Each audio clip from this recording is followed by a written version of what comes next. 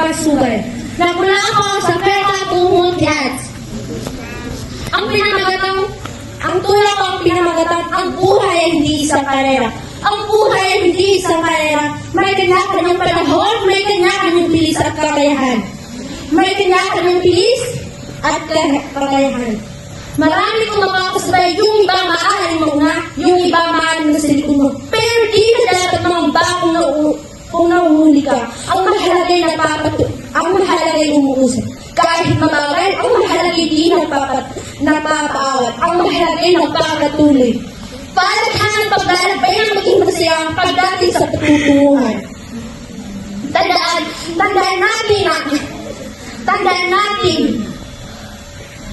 natin na hindi mahalaga ang maging mabilis. Ang mahalaga ay nagpapatuloy tayo sa ating mga pangarap. Wassalam. Sa pagkamujtahidat. Sa isang lugar na tahimik at payapak, pumasok ako, puso may pamba. Turil ang ngalan, tahanan ng liwanag. Dito ako tinawag sa landas na tapat. Muslima ang kasama, kapwa may hangarin. Kaalamang Islamiko'y nais munting. Sa bawat talakayan, puso'y malalim. Buhay na ayos, layo ng painting. Araw-araw may aral na baon, hadith at Quran, aming sinusubaybayan. Pananalig at tumitibay, gabay sa buhay.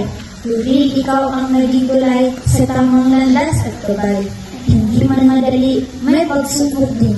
Ngunit sa turil, ako may kaunting hangin.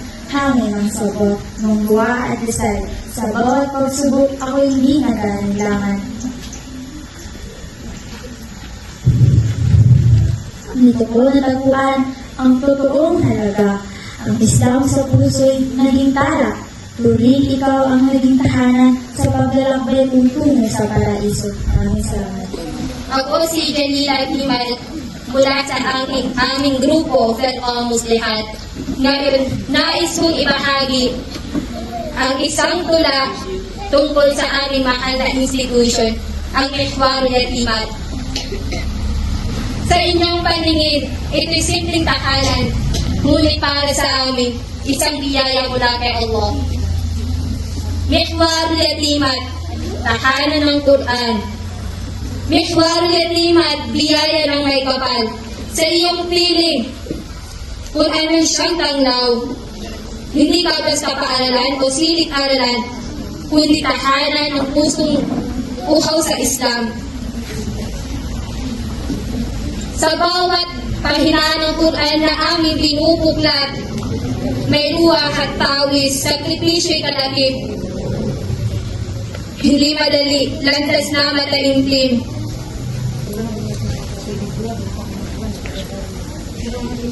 At sa bawat hirap, may gantipala at hingmahingling.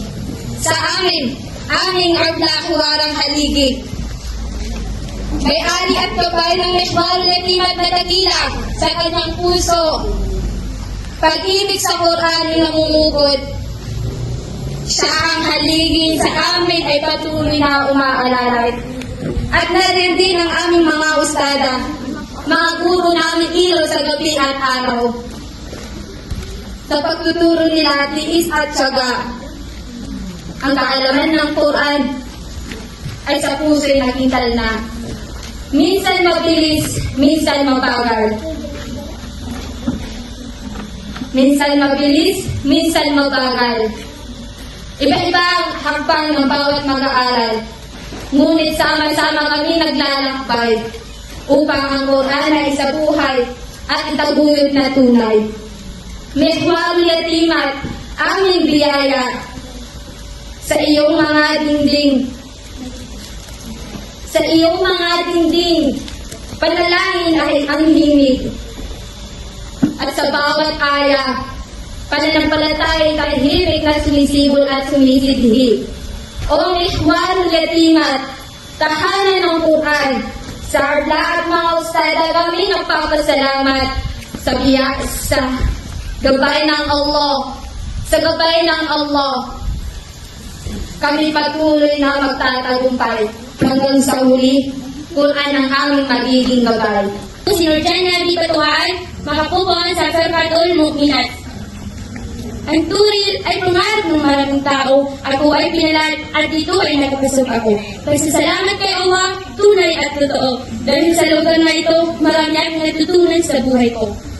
Pero hindi madaling malayo sa pamilya. Sila ang lagi naman ng isip at alaala.